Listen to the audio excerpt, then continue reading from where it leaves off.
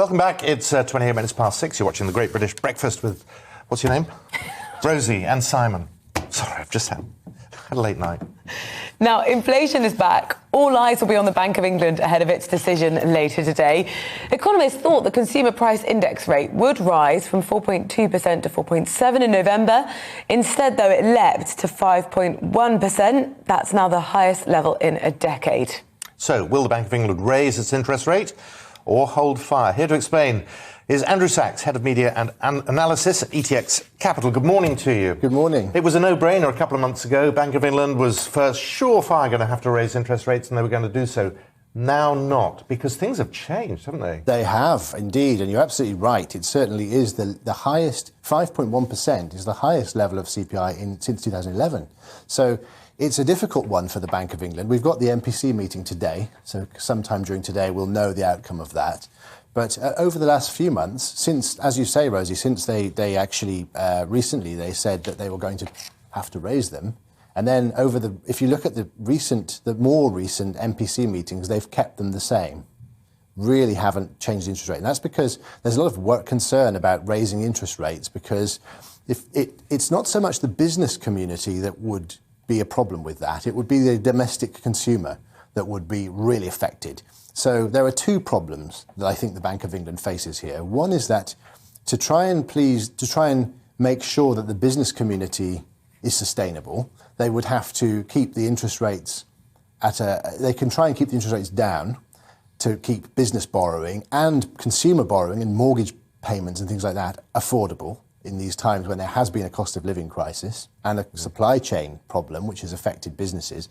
On the other hand, if inflation keeps going up the way it has been, and it is really, let's call it rocketing, I mean, that's very high inflation for a Western economy, then you have, if the interest rates are low, there are businesses that are having to swallow the cost of the increasing cost of supply chain and paying staff and buying products from overseas to manufacture in certain places. This is a cost that even energy companies have had to, we've seen how many of them have gone bankrupt because of this. So holding the interest rate down whilst the inflation goes up means that somebody has to swallow the cost. And eventually, all we're doing is deferring a potential problem. Do you think we're going to see persistent rises in inflation? I think at the moment, yes, we will, because the last 2 or 3 years, well, that's certainly the last 18 months, there have been a dramatic effect on the economy by government policies, and it hasn't just been in the UK, it's been in many Western countries where there have been draconian lockdowns, and the figures have been played down. Everyone is very calm. There's good behaviour from most companies, a lot of compliance, and as a result, we haven't seen yet the true effect of this on the actual economy. But inflation is different, isn't it? Because you're paying it. You have to pay increased prices. You mentioned staff, and this is also the problem. Eventually, we're going to talk about wage inflation because people will demand more money. That's right. And then you get into this spiral, and this is what they have to worry about. They certainly do, and that's already starting in some places. In the United States, there's now a debate about the minimum wage, which is becoming quite politically heated. So if that starts to go up, and we've already seen over the last year, a lot of workers in certain positions that rely on customer service or customer facing or in the hospitality trade have actually left the UK and gone back to where they originate from because there was no lockdowns and better job opportunities. So there's less pool of employees. There's a high demand for talent in certain places, and they are demanding high salaries. So if the inflation goes up, already companies are stretching themselves to pay the right people. If inflation goes up, we see wage inflation going up.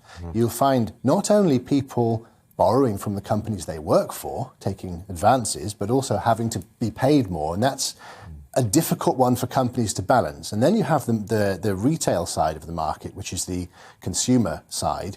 Mortgages are a major outgoing for the majority of people. And that is a very important measure because mortgage payments have been calculated over the last few years based on very low interest rates. And the economy the property market and the domestic outgoings relies on having very low repayments to be able to afford those. If we see a return to high inflation and it gets passed on to consumer, there are quite a few people who remember what happened in 1991 when the interest rate went up to 15%, and even construction companies walked away from building sites halfway through, and then there was a lot of repossessions too. So I think they're trying to hold that off at the moment. Yeah. We're talking about, trying to aid economic recovery, which right now with the new variant looks like it's going to be even more challenging. Hospitality, pubs, they are seriously hurting. Yes, they are. Yes, they certainly are. Well, and the CBI wants the government to do something about it. Yes, they do. And I think they've been very, very conservative in their request. The CBI is well-intentioned, that's for sure. And what they've done is they've asked the government to try to give them a VAT reduction or some kind of tax breaks and some incentives to try and help them weather the storm. Well, business rates is the usual one, isn't it? Business rates, absolutely. Yeah. And they want to, I think the last I heard this morning was that the CBI wanted them to cancel business rates for a certain amount of time whilst this period goes on. But the thing that should really be of concern is that all of these cancellations and all of this effect on that particular sector, and let's be fair, there has been a lot of talk of the hospitality sector over the last few months, but it is a very large business sector in the UK where there's a lot of tertiary services. So it isn't one that should be ignored, certainly, and it is one that's being affected heavily now. Now, I think really all of these cancellations are quite voluntary. It's really a shame that a whole business sector has to suffer from that. I think it's really a better policy for them to carry on their business and just business as usual. Well, they would love to, wouldn't they? But when you see Tom Kerridge literally in front of a screen as 600 people are cancelling at these various restaurants. Christmas parties are being cancelled now, left, right and centre, and more will follow.